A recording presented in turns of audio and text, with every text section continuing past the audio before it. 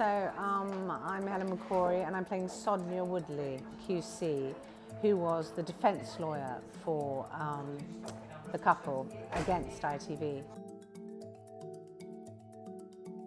Stephen Frears is just, I think, one of the best storytellers that we have internationally in film and television. And you never, whenever you see his stuff, whether it's, you know, Beautiful Laundrette or The Queen or Dangerous Liaison or Van or whatever it is, he never sort of puts himself in front of the story. They're also completely different. You can't compare, you know, Daniel Day-Lewis and to Glenn Close, and you know, they're all so completely different, and so you can't really compare it to anything, is what I'm saying, the quiz. It's 3 parts, and you see the start of how these quizzes came about. Obviously it's based on Who Wants to Be a Millionaire, and the couple who allegedly swindled $1 million from them. Well, not allegedly, were found guilty of swindling $1 million from them. And really what we're doing in this story is just looking at the birth of reality television, of, you know, people off the street being used, about how edit can really change, which we all know with fake news now is such a, you know, a big topic that everybody in our business understands. You know, you can edit anyone to look like anything, and that's, you know, maybe what happened. And but mainly it's just very entertaining. You should watch it for Matthew McFadden alone and Sean. They're very funny. The fact that I'd never read anything like this is completely original. That's why when you say, what should I expect when I'm, you know, watching quiz, you can't say, oh, it's a bit like, because it's not like anything else. The fact that when it came into the story, you might think, oh my God. Well, I thought, oh God, this is probably a very interesting, slightly worthy, dry take on what happened. And it isn't. It's all about, it's very funny. It's about the birth of the first game shows. So, you know, even in the opening credits, you're seeing, you know, Bruce Forsyth and all that sort of, you know, where it came from, and people falling in love with games and people doing pub quizzes, and then how something just gets out of control.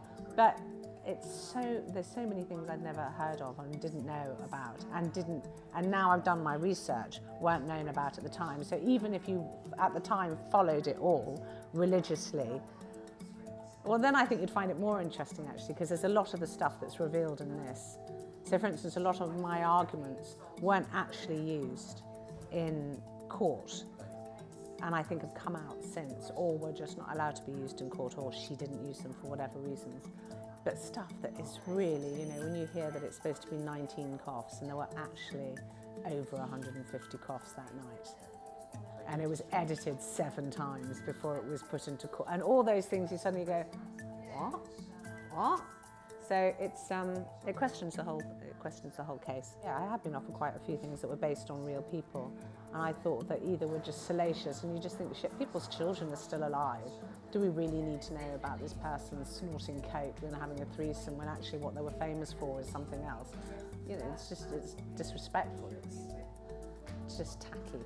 You know, so yeah, I do think you've got to be responsible, and I know that Sean and Matthew eventually met the couple.